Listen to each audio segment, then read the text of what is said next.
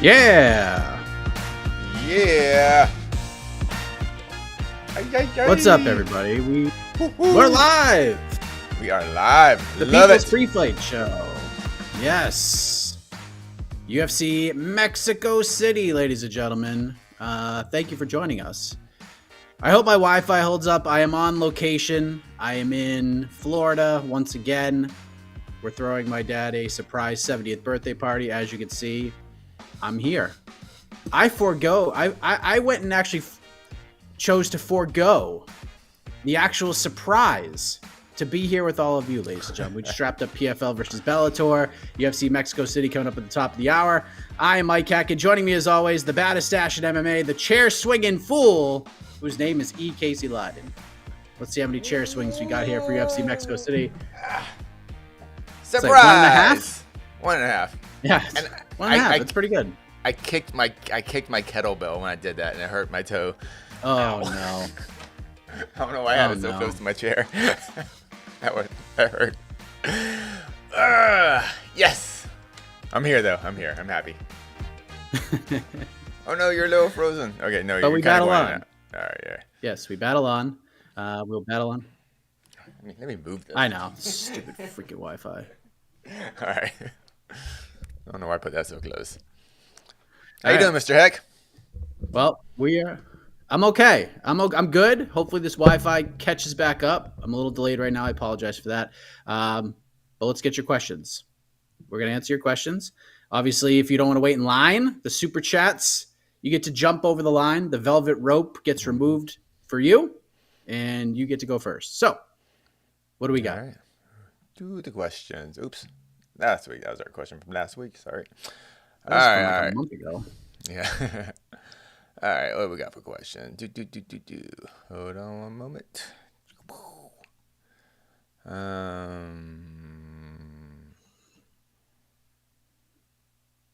Where are you at, Casey? I'm right here. I'm right here, Luke H. I'm here for you. I'm right here, Luke. Don't worry. We're good. We're good, Luke. All right. Okay. Big questions. When are the fights starting? Look at the timer. 40 minutes and 20 seconds. 7 p.m. Eastern is when the prelims start. 10 p.m. main card. If you just went through the PFL Bellator event, hopefully you get a nice dinner. Maybe get some Postmates, get it delivered to your house so you don't have to leave the stream. And then you get to watch about 7 more hours of fist fighting from Mexico City, where the crowd will be electric, I have a feeling. Yes. Did you watch PFL? Yes, I did, because it was my job to watch it. But all in all, look, we're going to have a full recap and a full reaction to it after UFC Mexico City. We're going to do like a combo post-fight show. I think it's Jed Jose and AK. But it just ended, Casey. Bellator dominated. Renan Ferreira got checked off a box for Team PFL, knocks out Ryan Bader in 21 seconds. The pacing of this card, I was getting a little worried because the broadcast starts. 12 p.m. Eastern is when the prelims are going to begin. It took just south of an hour for the first fighter to walk to the freaking cage. It was like 12:50. It took 50 friggin' minutes for the first fighter to walk out. It was an amateur fight to kick off the event. It was not a very good amateur fight, but the pacing from there was really good. I don't think we got past 15 minutes from the time a fight ended and the post-fight interview concluded to getting to the next fight. So to me, that bumps it up a whole bunch. I gave this, considering the most interesting matchups on paper fell off the card, I give this a solid B-. I think it ended in a good way. I think Johnny Eblin getting tested was a good storyline. I think a lot worked. This is a solid B- for me. What say you? I'm going to actually, on the pacing part, now you said the pacing by the time the first fight started, we should say the pacing. Yeah, from the opening fight. Yeah, so there was 50 minutes between the first fight and the second fight? No, 50 minutes. The broadcast starts at noon Eastern. The first fighter did not walk to the cage for the first fight until 50 minutes later. Oh, you just turned So the TV the on. You just broadcast turned TV on started. too soon. You just started too soon. That's all. But once the fight Yeah, they started, said, "Hey, we're starting at noon Eastern," and then oh, 12:50. That's when the first fighter walked out. So I was like, "Oh, Jesus Christ! Like, this is what we're in for. We're like almost an hour into the show. We don't even have a fight. We don't even have a oh, fighter in the freaking cage yet."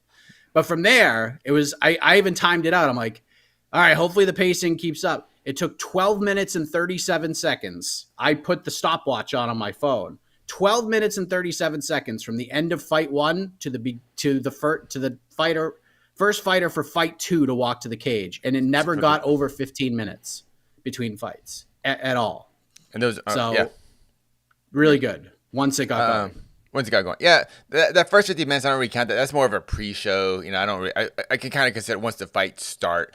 Actually, I'm Well, gonna just complain tell about us tell us you're going to do a pre-show. Tell us that, and then we could turn it on at 12:30. You know what's funny?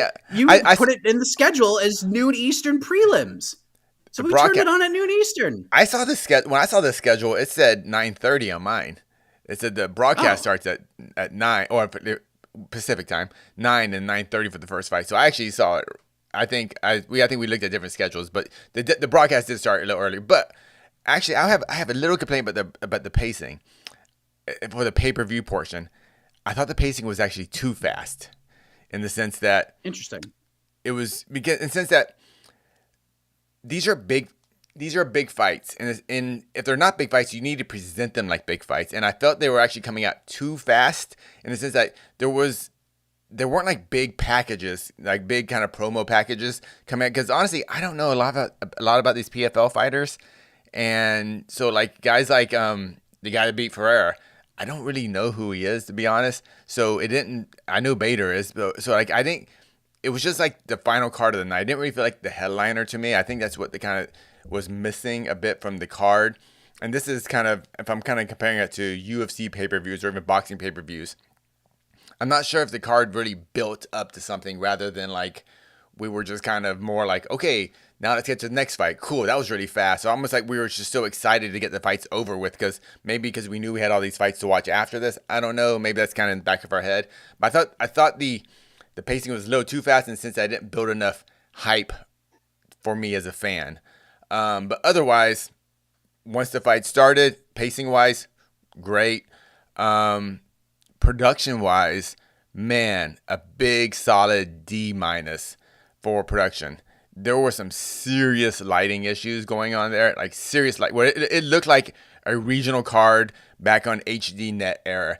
And if you're having fans pay $50 to watch fights, it better at least look good. And that's I give so much credit to the UFC for like their Contender Series fights or Apex fights, or I'm sure what tonight's card is going to look like. All those cards, presentation wise, when the lights come on when they're fighting, they look awesome. Everything looks like completely 100% professional. The lighting just looked really bad. Like there were dark spots in the middle of the cage. You can see the cameras go in and out of the exposures literally change during shots. That's just bad, and it looks amateurish, and PFL needs to be better at that. Fights themselves, different story. Good fights. Evelyn, Impa. I'm glad on the main card we got one kind of really good competitive fight, and that was the fight. I didn't expect that one to be the competitive fight, but it was, and that was really surprising. I thought Impa looked really impressive. Evelyn, I've been kind of Evelyn's the best middleweight in the world, and he didn't look like the best middleweight in the world tonight. But what he did look like is a guy that handled a lot of adversity, maintained his composure, and still won a fight. So that is very impressive, and that's something we haven't seen from him. It's something you don't really want to see from a fighter, in the sense that means they got beat up. But if we are going to see that, we saw him. He can take a beating and control. He can be the nail and still come back and eventually be that hammer in that fight. And that's a big step for a fighter like him, and just a big step for any fighter. I think of Izzy Gastelum. That wasn't supposed to be a competitive fight, but Gastelum made Izzy work for that win. And I thought maybe I know it's not the same thing, it's only 3 rounds, but in that sense, Evelyn had to come back from serious adversity. I thought that fight was going to be finished in the second round, but he came back, and the main event, I wish it went longer. It was kind of like, oh, I want to see a fight, but we saw a quick knockout, but whatever. That's how it goes. Damn. Henan Ferreira is a fucking monster. Yeah, Good maybe he's a lord, lot he's better than I so thought. big. Maybe like I know he has. I know he lost just last year, but He's dude, so like big. he hits you, it hurts. He's so big. Obviously, he's probably the big headline stealer. AJ McKee just running Clay Collard. I didn't see that coming. Just Woo. runs him in 70 seconds. That fight was not competitive for a moment. Like McKee just cracked him, took him down, tapped him. Like it was nasty. Yeah, had him at Nasty, nasty guillotine, let him out stuff of the from guillotine, and AJ got him an McKee. eventual armbar. Yeah, it was great. Yeah, great submission, great submission. Yeah, triangle armbar. It was nasty. Jason Jackson just trucks Ray Cooper the third. There are some things that I liked. There's things that I thought were incredibly awkward. The John Jones thing was so awkward. Ooh, let's talk about that. God, did John look so uncomfortable? It was the most. I've never seen a fighter so uncomfortable in the situation in my life. Freaking Sean O'Connell, which good on him. Like you just like, all right, I got the dude here. Let's just call up the UFC in front of him. And he's like, John seemed awkward from Jump Street because like, like you could tell he kind of had the attitude of like, Maurice Green's not on the card, so I'm here. But why? What are my bosses going to say about it? And then John O'Connell's basically like, hey, you should fight Fred Zingano. But you know what? It's not our fault this fight isn't happening. Look inward. And that's why this fight's not happening. And John just looks so uncomfortable. He's like staring for the exit sign, trying to get the hell out of there. Was Sean O'Connell lying? So awkward. Was Sean O'Connell lying? No, he's not. I give him credit. I'm not dogging Sean. Yeah. But John it was just because John just was so uncomfortable. It was so awkward. It really was. I thought Sean did a pretty good job. I thought Dan Hardy did a great job with color work. Did really, really well. Chael, what did you think of Chael in the color role? I don't think that's his best spot. I think the analyst spot on the desk, like if it's him and Amanda Guerra, and even if you want to throw Josh in there, the three of them with Amanda driving the train and letting Chael and Josh kind of go back and forth. Like, I think that's the best place for Chael. I don't know. I didn't love Chael as a color guy. I didn't mind Chael as the third guy. Rather, if it was just a 2-man booth, that might have been too much Chael for me. But as the third guy, I was okay with it. I thought he brought a little levity to it. He's a little more funny in his color commentary. I did like the use of John McCarthy as the rules guy, and they brought him in via 100%. via Skype or whatever. Just talk about any rules infractions. I thought that was great. That was boom, good touch, Yep. good touch. And unfortunately, there weren't too many spot for him. There weren't too many rule type infractions in this fight, so they couldn't go to him too many times. But when there was a situation, it was the main event, right? Or no, what was it? What was the fight? Yeah, main event. Yeah, main event. They did main event. And they did the co-main event to ask him about the judging, like how he was scoring the fight. Yeah. So, which I thought was really good. Yeah, that's a great role for John. That's perfect spot for him. Big improvement. It utilizes John's expertise, and it kind of answers some kind of criticisms we had, with Bellator, because we didn't want to throw John away. John's he's got lots of experience in this sport. We didn't want to just toss him, no, you're no good. Just let's use him correctly, and I think they did a good job on that tonight.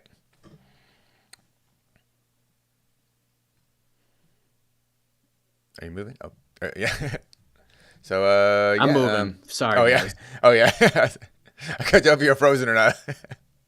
But yeah, and because we have to talk about Romero Santos. Was that fight everything we absolutely we hoped it wasn't going to be, and of course it was.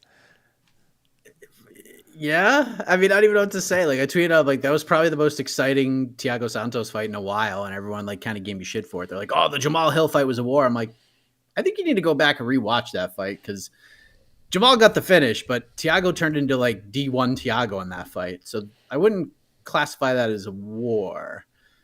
You know what I mean? But, like, at least he was trying to, at certain points, he was trying to, like, throw punches that could possibly end the fight. I don't know. It's everything we hoped for, and then Romero just kicked him in the leg a lot more. Like I don't think there was an actual punch thrown until like 3 minutes into the fight. It was just it was about 2 minutes before anything beyond a kind of half-assed leg kick was thrown, and even then it was they never threw They kept throwing the stats on the screen for the fight, but it was always leg kicks only, or leg strikes. It was nothing arm strikes. There was no punch stat. They threw the whole fight. Now the last 30 seconds of the fight, they finally did kind of throw some hammers a little bit, and it was fun. But yeah, that fight is kind of what we expected. But hey, Yoel Romero at the age of 2,000 still getting wins over tough dudes. So credit to him. Oh, your internet's all choppy. You're doing a little Max Headroom on me. I like it. All right, I think we're good now. Okay. I think we're good now. All right. I might switch to a hotspot, but if you need to, go for it. Want to go next question? Just see what else comes up.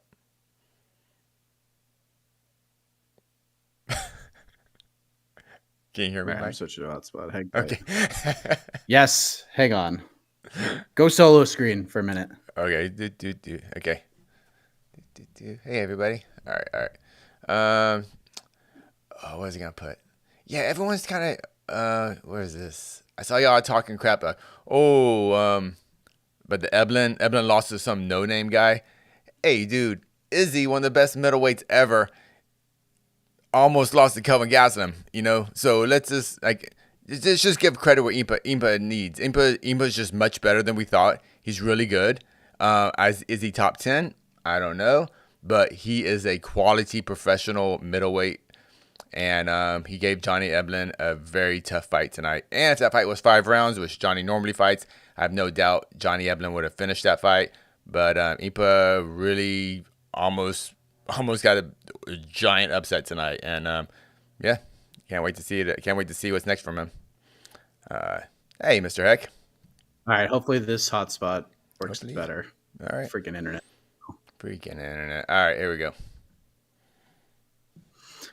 Thank you, Dean. Does Eblin survive against Cannonier? Who wins?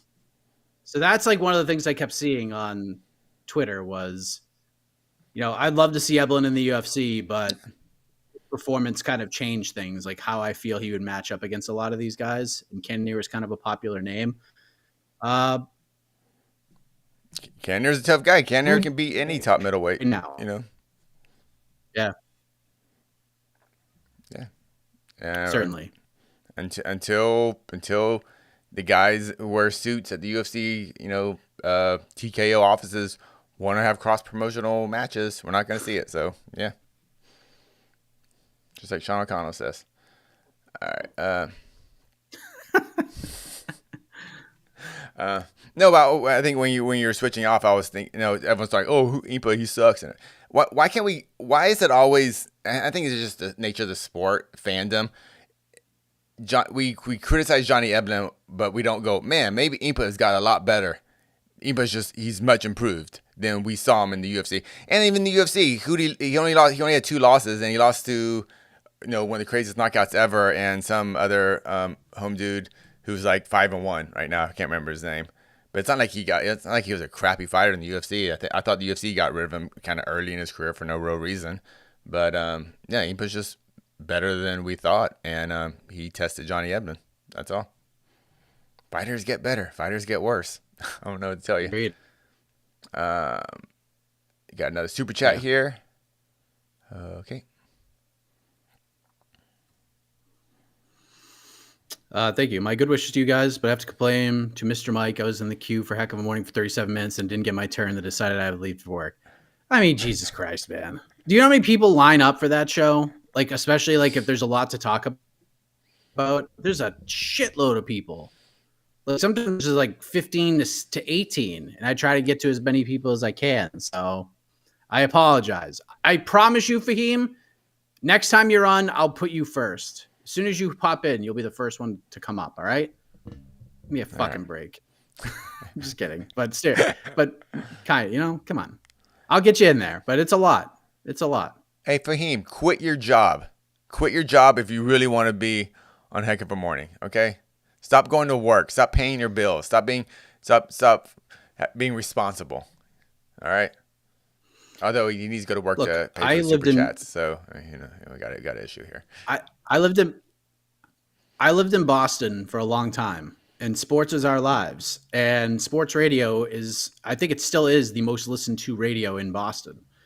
Want to know why? Because people want to call in and talk to the people and give their takes. There are certain days where you have to wait like 6 hours to get through. Like you have to wait through like a morning show, through the midday show, and then you finally get in on the afternoon show if you want to wait that long. So like 37 minutes isn't that bad. But I'll get you in. I promise you. First chance. If I see your name, you're in. Okay? All right. My apologies. Thank you, Dom. After watching PFL, why are they not just merging rosters to be more competitive? They're just miles behind the UFC. It seems that there's huge potential. More competitive? What does that mean? Like with the UFC in general? Like,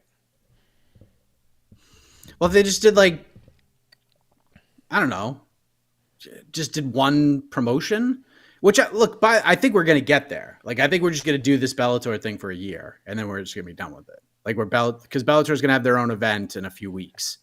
Corey Anderson is going to fight for the vacant light heavyweight title.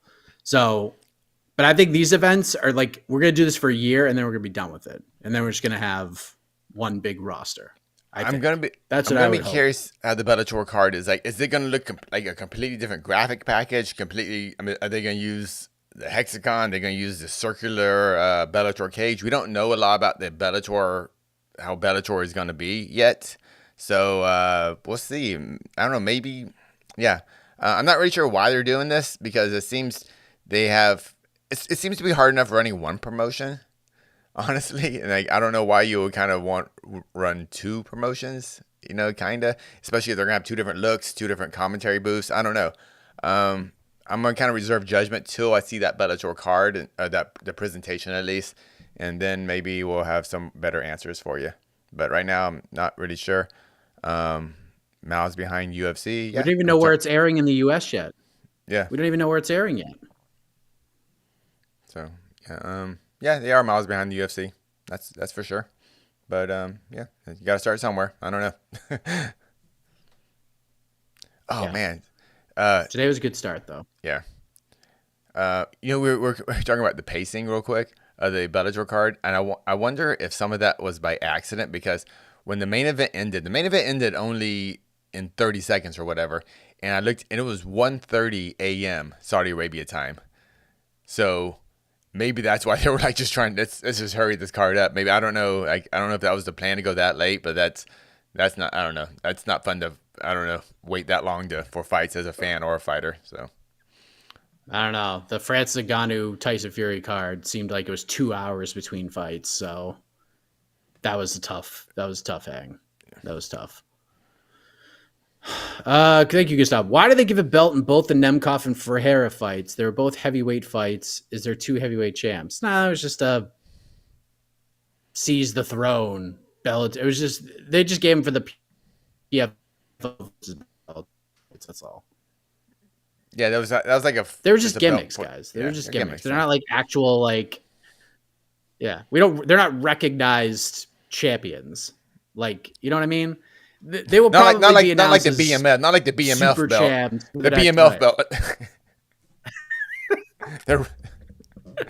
Why are we talking? We're talking about UFC 300. I was like the BMF, the fake BMF belt should headline the whole card. What are we talking about, people? Like all these belts are fake. They're all There's no sanctioned recognized belt. They're all promotional belts. Yeah, that's all it was. This isn't boxing. I gotta tell you, I thought I was gonna hate the throne thing way more than way more. I actually liked it. I actually kind of liked it. I didn't hate it. A little cheesy, but just the right amount of cheese, just the right amount. And this is what I want this is what I need from Bellator, PFLator. Have fun, do things like that. That's all. That's why one reason I love Ryzen, like during their intermission, they just have weird dances, and after the fights, they'll have some promoter promotion sponsor or bring in like some kind of bean bag, and they'll sit in like the bean bag in the cage and in the ring and take a picture. It's like this kind of like, I don't want to say silliness, but they're trying things out. It's different. It catches your eye. I thought the throne could have been fancier. I will say. I feel like I've seen fancier thrones. I feel like there was a fancier throne somewhere in Saudi Arabia they could have found, but it was still a nice. It was still a nice, nice attempt at being different. Agreed.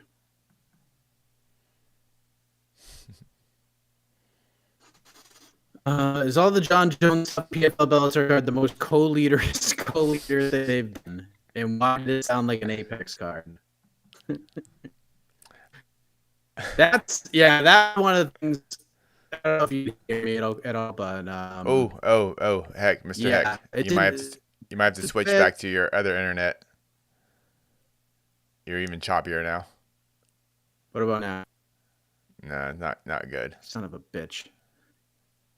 Can you switch over back All to right, the other go one? solo. All right. Let's play some music. What do we listen to some music while I wait for Mr. Heck? Let me say, okay, 1, 2, 3. Yeah. How's everyone doing? Oh, well, we got Mr. Heck back. All right. Oh, no, he's still gone. He's frozen. Oh, no. All right, I'll answer some questions then. I'm the producer. I'm not supposed to. Ah, here we go. There we go. And boom. Hello. Okay, there you are. You look good. Yeah. All right. Okay. Well, this will be good for the next 3 or 4 seconds or minutes. What did you think of the crowd? There was like no noise. That the ambiance of it was pretty tough. It did sound apexy, and I thought that myself. And that's why that was one of my criticisms for the pay-per-view as a production. It never felt like even though it was outside, they had a giant screen, the pyro and the sparklers and stuff, and the giant screens, they all look cool and everything, but the music didn't pop, the crowd didn't pop, so it all kind of felt really flat sometimes, and it did feel apexy, and that's a shame. And I don't know if they got to be all WWE and pump some crowd noise in there, because I don't want that, but I don't know. Maybe sometimes that would have helped, but yeah. Yeah. UFC Mexico City is going to sound so much better. These people are going to be freaking crazy. Yeah. Yeah. Hey, man, but that's why we said they have 30 years of in the sport before Bellator even sniffed at it. So they have a big head start. So yeah. But also like the music is just like, I don't know, I didn't hear the music blasting. I don't know. It didn't work. Some things didn't work because you're paying for a pay-per-view card. It needs to feel big. It might not be big, but it needs to give the impression that it's big or something, and it just wasn't there.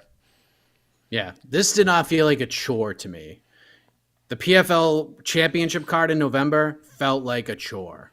Like it felt like I was working that night because it was so long.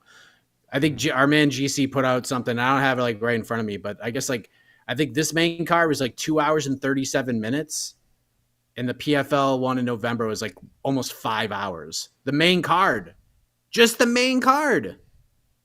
So this is much more feasible. Much more feasible. Yeah. And it didn't feel like a slog. It really didn't. No, it didn't. I was never bored. Actually, I wanted to see. Actually, I wanted the fights to slow down. I wanted to see cool promotional packages, but they didn't really make any. It was just kind of like existing fight footage, just like any normal like Apex card. When they be the little package in between the prelims, but I was kind of bummed about that. But whatever. Okay. Next question. Oh, here we go. Thank you, Dom. If Brian Ortega wins tonight, could he face Ilya next? You think they give him that fight if he wins? Let me look. What is Brian? What is Ortega coming off of right now? Coming off the loss to Yair. Was that Leary's last fight? Yeah. Oh wow. If he gets maybe a first round finish, like we're like, oh my god, this is the Brian Ortega we've kind of thought I don't know, Brian Ortega we were even promised, I guess. The Brian Ortega that earned that Max Holloway shot, maybe I kind of doubt it still. I feel like this fight's for Yair, and this is for Brian Ortega to kind of get back in the conversation. But also, I don't know who Ilya really fights next. I just don't think it's Evelev. How do you say his name? Jeez, why am I mispronouncing it? I forgot to say his name. Wait, what? Oh, Sorry. if he doesn't fight Yair, who would Ilya fight next? If Brian or if Ortega Volk. wins big, you think it's still gonna be Volk? Okay. Yeah, I think I just don't want to see Volk. I don't want to see it.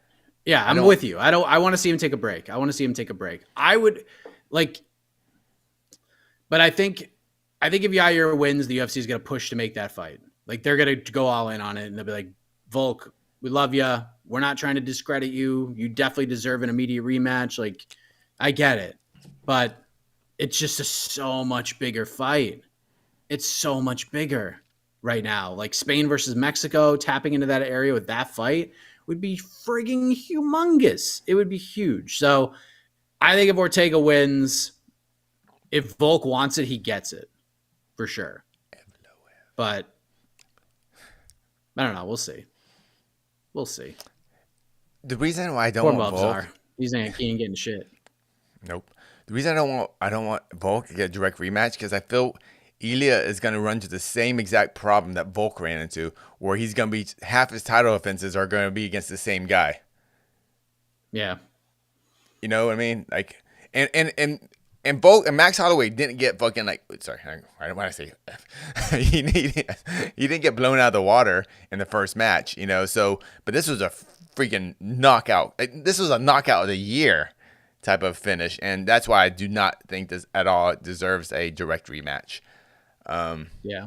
Yeah, just book Volk versus Evloev. Why can't I say his name? Evloev. I gotta just sit in a mirror and just say that like 50 times. Evloev. All right. I'll tell you what, man. I know it ain't the sexiest fight, but Ilya versus Movsar is friggin' great. Like that is a friggin' fight. People think Movsar is like so boring. He's not. Like that Arnold Allen fight was good. He was cracking Arnold. He hurt him. Did you listen to what Dana fight. White said about that fight? No, I'm joking. Yeah, I don't think honestly. He was talking about a different fight. He was talking about a different fight. He had to 100%. And I Okay. think Dana was kind of in a bad mood that night, just being in that room with the MMA media, anyways. That just didn't do Movsar any favors, because like this whole thing was like, oh, it was one of the worst fights I've ever seen. Like, what are you talking about? It was so weird. He's definitely talking about a different fight. Yeah, it made no sense. But I just don't think. Yeah, he gets. I think Ilya should fight the winner of this co-main event. Honestly, I mean, I get it, 9 wins in a row, but this is still prize fighting. That you still got to get fan interest. I don't know. Maybe for a co-main event, But yeah, I mean, Ilya could fight the Celsius can in Spain, and it's going to sell out. Like they're going to do a ridiculous gate. well, they'll sell it out no matter what. But will it translate to actual pay-per-view buys over here? I still think you need that rivalry, and there's just no rivalry there. There isn't, in my opinion. Yair. But if Yair, like, there's not going to be a rivalry with Ortega either. You know what I mean? I think Ortega's not a big like rivalry guy. Yair, there will be a rivalry there. I mean, he's already said enough to sell this fight. All right. Oh, Is that the channel plaque behind you? Is it? Is that a channel plaque behind you? That's I never even noticed that. Has it been there the whole time? maybe for a couple months. It wasn't there forever, but yeah. It's the top one is MMA Fighting's YouTube plaque for passing 1 million subscribers. I think we're like 1.6 or something now. So thank you to every one of you. And the bottom and the plaque underneath is my student of the year at California Mixed Martial Arts. Yeah. I'm so proud of that thing. I'm so proud of it. So, So proud. I I thought want I an was going in a award. totally different direction. No, My Student of the Year award for fifth grade in my no, elementary I school. just won it. I Freaking won it. Student I of won the it. Year. 2023 California Mixed Martial Arts Student of the Year. Congratulations. That's awesome. Thank you. Thank you. All right. I can't believe I never noticed the plaque up there. Yeah, really? Yeah, it's right there. I never noticed it. 1 million. Is Rosas Jr. making a mistake by fighting in the UFC so young? I don't know. No, No? no. It just depends on how they book him. They should just be giving him the worst guy in the division every fight for a while. The C-Rod fight, in hindsight, was probably a little too much too soon. It may not even been the opponent more than just the spot and being on pay-per-view and being in Miami and like the whole situation. Like maybe that was too much for him. I don't know. But he certainly bounced back at his last fight, and I fully expect him to compete very well tonight. So, look, he's got the kid's got skills. Like he's got something. The dude can fight. Like he ain't a fish out of water in there. This isn't a gimmick. He's good, and he's gonna get better. So there are certain fighters who I think have a really good skill set young that I think can get sort of on the job training, and I don't have an issue with it. Like we know why he was in the UFC because he was on the Contender Series when he was 17. So that was like a big part of it. But he mollywopped the dude he fought on the Contender Series, and he's looked good. The C-Rod fight was bad because he blew his gas in the first round. And he looked great in that first round. He just didn't finish the fight. And this is experience. And just, dude, Mike Malott. Remember Mike Malott fight just a couple weeks ago? How great he looked, and then just like fell off a cliff and wound up losing the Magny. Like, just think of that the same way. Like we know Mike Malott doesn't suck, but hey, you hit a wall and you face a tough guy. Roy Rosas Jr. looked great against Christian Rodriguez, and Christian Rodriguez just had the experience and came through it with that and won a decision. It's just a learning experience. Now, if UFC was just signing all these 18-year-olds and 17-year-olds, and we had like 4 of them on the card, all right, it'd be kind of weird. But this is he's a bit of a novelty. He's a really good fighter. He's a bit of a novelty, though. It's interesting. This is just good promotion. We just kind of just follow him along. I don't know. I don't see an issue with it. No, I don't either. All right. Got a super chat here. Yeah, you just gotta be smart, Rosas, man. Yeah, just smart. From the promotional too, you can't you just don't want an 18-year-old get just flatlined really bad. So I think this is a good fight. Yeah, don't be trucking him in there with like Victor Henry next. Like, come on, no. wait on that. Wait on that. Casey, props to your boy on LFA last night. Nice W. Yeah, I was on the preview show yesterday. Mm-hmm. Oh, there you go. Yeah, gets the win. Nice. Yep. He's one of my training partners. 6'6". He has 60 Muay Thai fights, and he's transitioning to MMA. So I grapple with him a lot and wrestle with him, and he is incredibly tough to take down. No, he's impossible to take down for me. And this, he fought a full-on wrestler last night. The guy had the cool, United States wrestling tattoo and everything, and took Luis down 2 times. And Luis immediately got up. One was a really good spider sweep, or was that what it was? It was a good sweep. He got up and then just kneed the crap out of him and just finished him 3 or 4. It was very one-sided, and Luis is awesome. And 2 more of my teammates are fighting tonight, so I'm excited to watch their fights tonight too. So thank you. I'm glad everyone got to see. Nasty bulldog choke on that card last night too. Oh yeah, there was. Oh, sweet. Did you see the bulldog choke last night? Holy shit, dude! On the LFA card. On the LFA card. Yeah. Oh, I missed it. Yeah, in the female fight. Okay. Oh, did you see that knockout on the A1, the Faber card too? Yes. Yeah. Yes. My other training partner fought earlier in that card, got a guillotine finish, and then the super awesome knockout of the year from I forget her name though. She's a former Invicta champ, but she is very good. But thank you, Lazy Bed. Yes. Another super chat. Thank you. You guys All right. rule. All right. Man. All right, Uh-oh. here we go. Ruh-roh.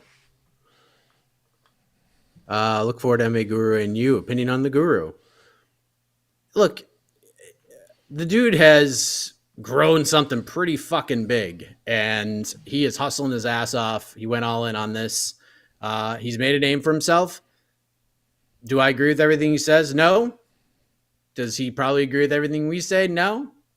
Um, like I got nothing bad to say about him. I really don't. I think he's killing it. He's got something cooking right now. So good on him. I saw him getting interviewed by Moicano. I think he was on DJ's channel getting interviews. I can assure you, I'm not I'm not getting interviewed by either of those guys. So he's doing something right, and he's making a name for himself, and he's working his ass off. So I will never knock a hustle of anybody ever, whether I agree with what people say or not. And I mean, I've talked about this before. Like, good for him. Like, good for him. That's all I can say. But he's not for everybody, but neither are we, and neither is anybody else. So I have nothing bad to say about him. Kid's killing it. Good on him. Yeah. Not a fan. All right. Fair. Not a fan. That's all. Fair.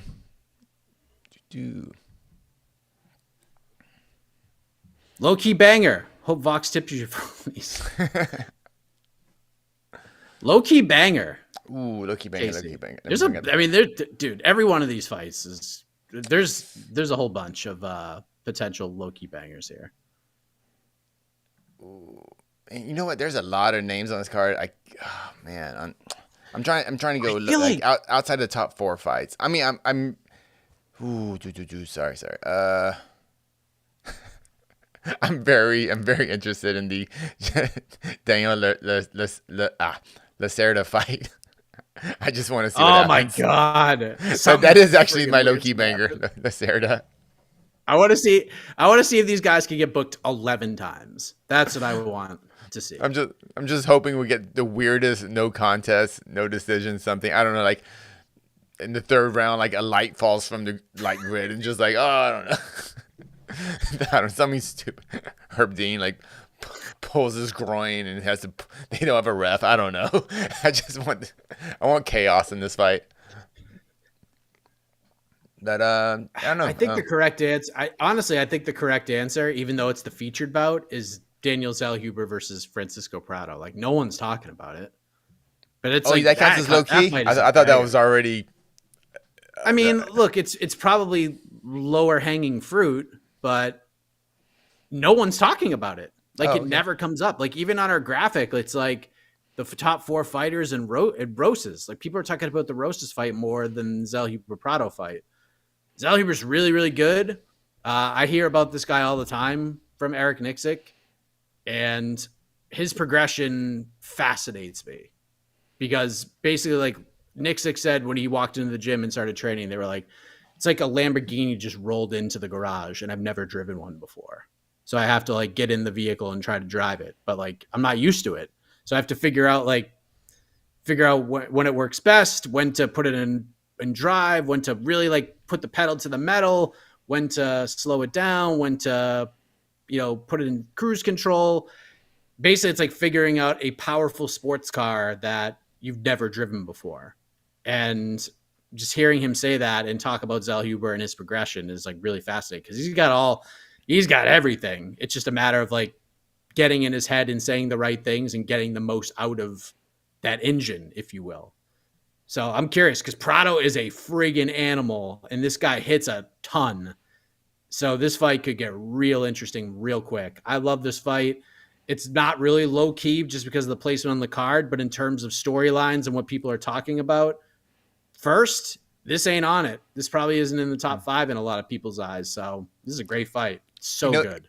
I 100% agree with you. I think it's one of those fights that right now, today, we look at the top 2 fights like, oh, wow. But we go 3 or 4 years from now and look back at this card. We're like, oh, my God, these 2 guys faced each other and like the prelims. It wasn't like a featured fight. I think this could be one of those type of fights. So 100% see where you're coming from. Yeah, you're if Volkanovski beat Ilia Topuria, we'd be talking about this fight way more. But now like all the emphasis is on the co-main event because of the stakes involved.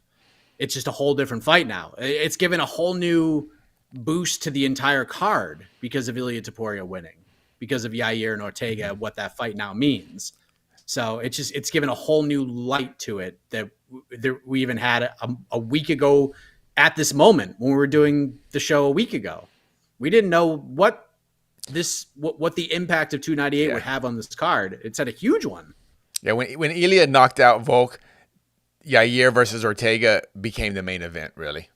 It really did. In terms of importance. Yeah, so. Got a super chat from, we're at 4 o'clock. Is the broadcast start? Do you have it?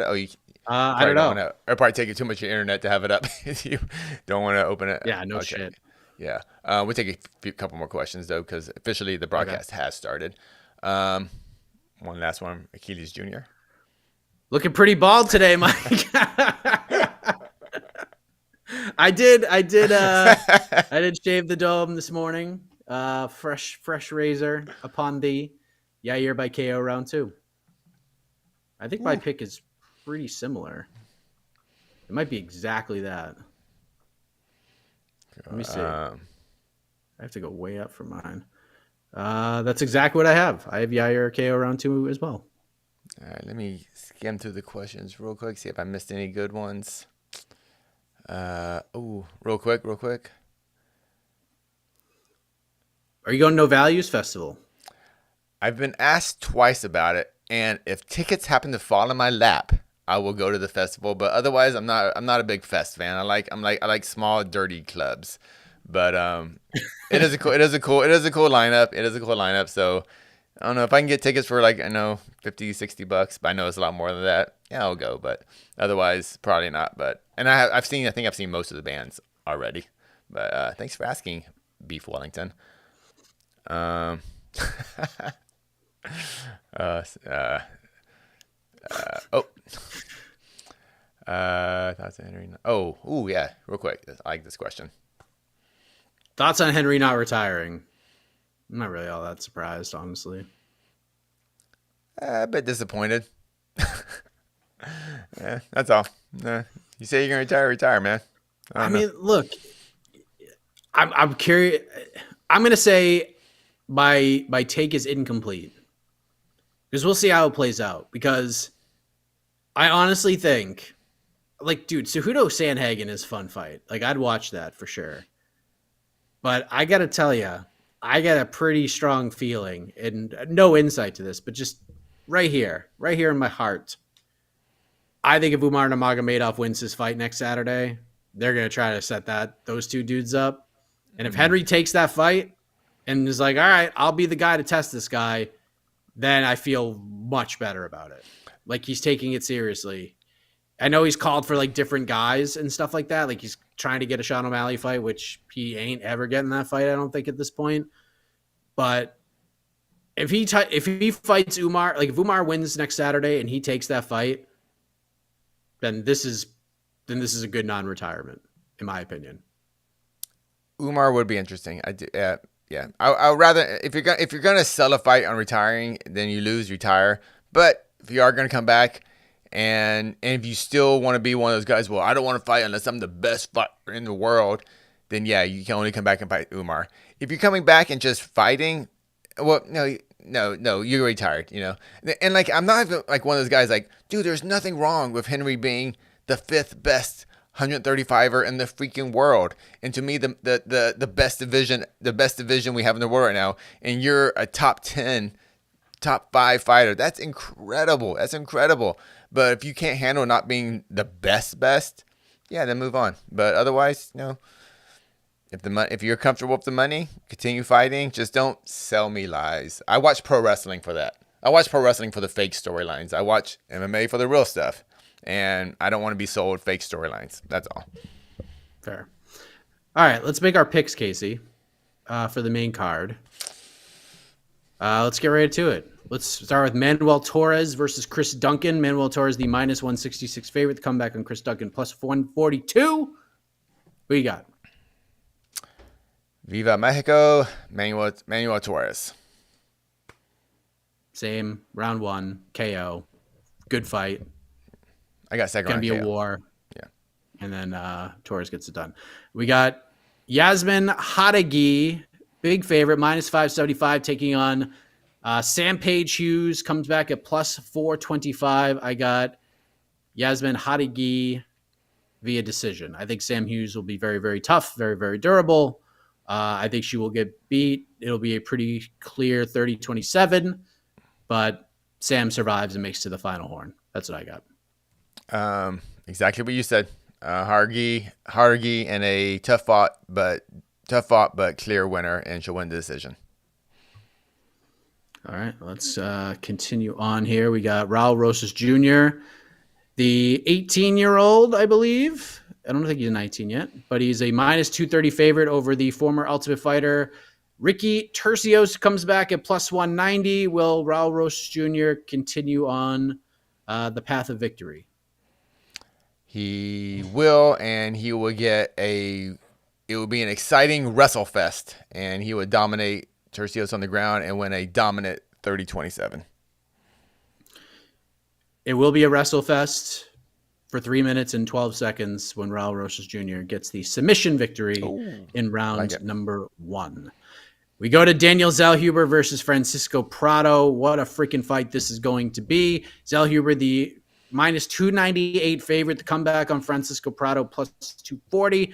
I got to say, if I was betting on this fight, I would take a small dog shot on Prado at plus 240 just because I don't think this line should be as wide as it is. But I understand it. Zellhuber is really, really good. Having said that, I think Zellhuber is going to have... He's going to get tested in this one. He's going to get hit really, really hard a couple times, but I do think he comes through it, and I think he gets finished in round 3. TKO. Viva Mexico. Knockout round 2. There you go. Well, Viva Mexico for me, I already gave away my pick in the co-main event. Yair Rodriguez versus Brian Ortega. Part 2, Rodriguez minus 148 favorite. Come back on Brian Ortega plus 124. Of course, all these odds courtesy of our good friends at DraftKings. I already said my pick. Yair, round 2, KO. What say you? Man, I'm so excited about this fight because I don't know. I'm not like Jed. I am an Ortega fan. I do think Ortega is a very good fighter. I don't know what Jed's deal with Ortega is, but I just go, okay, whatever. But I also love Yair. I think he's a super exciting fighter. I love this fight. I love that it's 5 rounds, and I am picking Yair to win a 4-1 decision in a very exciting, fun fight, and it will go everywhere. They will both be in very tough positions, but they will both survive to the final bell. But I don't think either gentleman will lose a lot of ground, but someone has to win, and I think it's going to be Yair. Okay. I mean, I hope that's the fight we get. Me too, yeah. But then we go to the main event. Brandon Moreno versus Brandon Royval, part 2. Right now, you can have Brandon Moreno minus 298. The comeback on Brandon Royval plus 240. Exactly the same lines as Zellhuber versus Prado. Which Brandon prevails here, Casey? Is it Moreno or Royval? Brandon Moreno will win the rematch.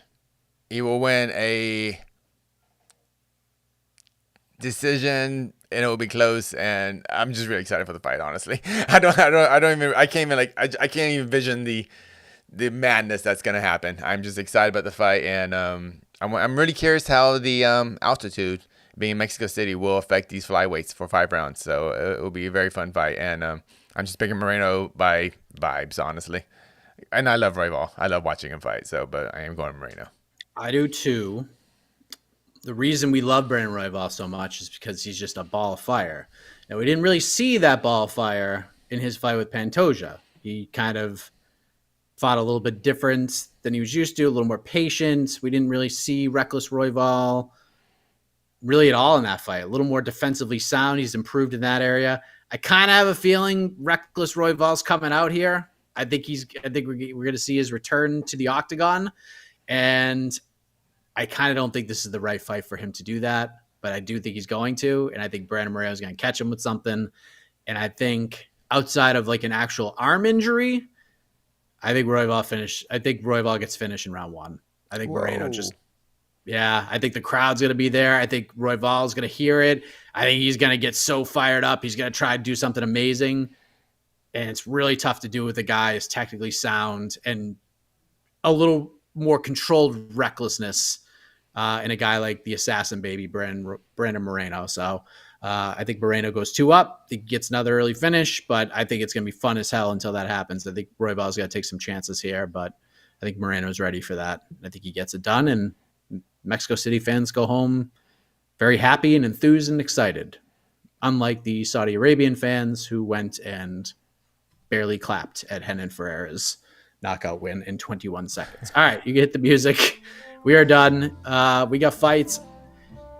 I might catch most of the main card. Like I said, I'm going. It's my dad's surprise birthday party, and I'm like, party's been going on for like 2.5 hours, but I've been here. Oh, did the surprise part already happen? Yeah, it happened like 2.5 hours ago. My wife. Oh, okay. I thought you were gonna go to it later. I was like, I hope he doesn't watch the show. You're giving it away. Oh no, it's already done. He's probably how did the surprise go? Was he surprised? Was it like, whoa? Dude, I don't think my dad was surprised at all. I just know him. He just knows when shit's up. But he was at the house. Like, everyone's just gonna apparently just paraded into the house to surprise him. Like, oh. He knew something was happening at the house. I don't think he knew it was for him. But then, like, a line of people were just going to walk in and be like, hey, surprise, man. So. Wait, hold on. I'm going to go. Oh, wait a minute. Do we have a super chat at the end? Oh, we got 3 super chats just came in. Oh, my God. Hold on. Okay, throw them up. Keep the music going. Wait. Play it again. Let's go to the super chat real quick. We got to start over the super chat. Oh, no. Yeah, they all right, 6 times. Sorry, we got super chats. Mike Eck and Jed, some of the best of the game. Are you too worried about Dustin versus Dennis with Dustin's recent head kick KO? Oh, Santini. I'm not worried. I actually think Dustin has a really good chance to win that fight. So I'm excited. Worried is not the word that comes to mind. Excited is the word that comes to mind for that fight. God, that's 2 weeks away. I can't wait. I can't wait for that fight. All right, what else we got? Thank you, chat. Thank you, chat. Terrence, MMA Guru said some racist stuff about Ariel. No good. Anyways, Brain is being overlooked. What if he upsets the Ilya versus Yair fight? Brain has a chin. Brian. Yes. Yeah. Brian. Yeah. As far as MMA Guru stuff, yes. But thank you, Terrence Leverett. That's fair. I didn't know that. Yeah, there's no. It's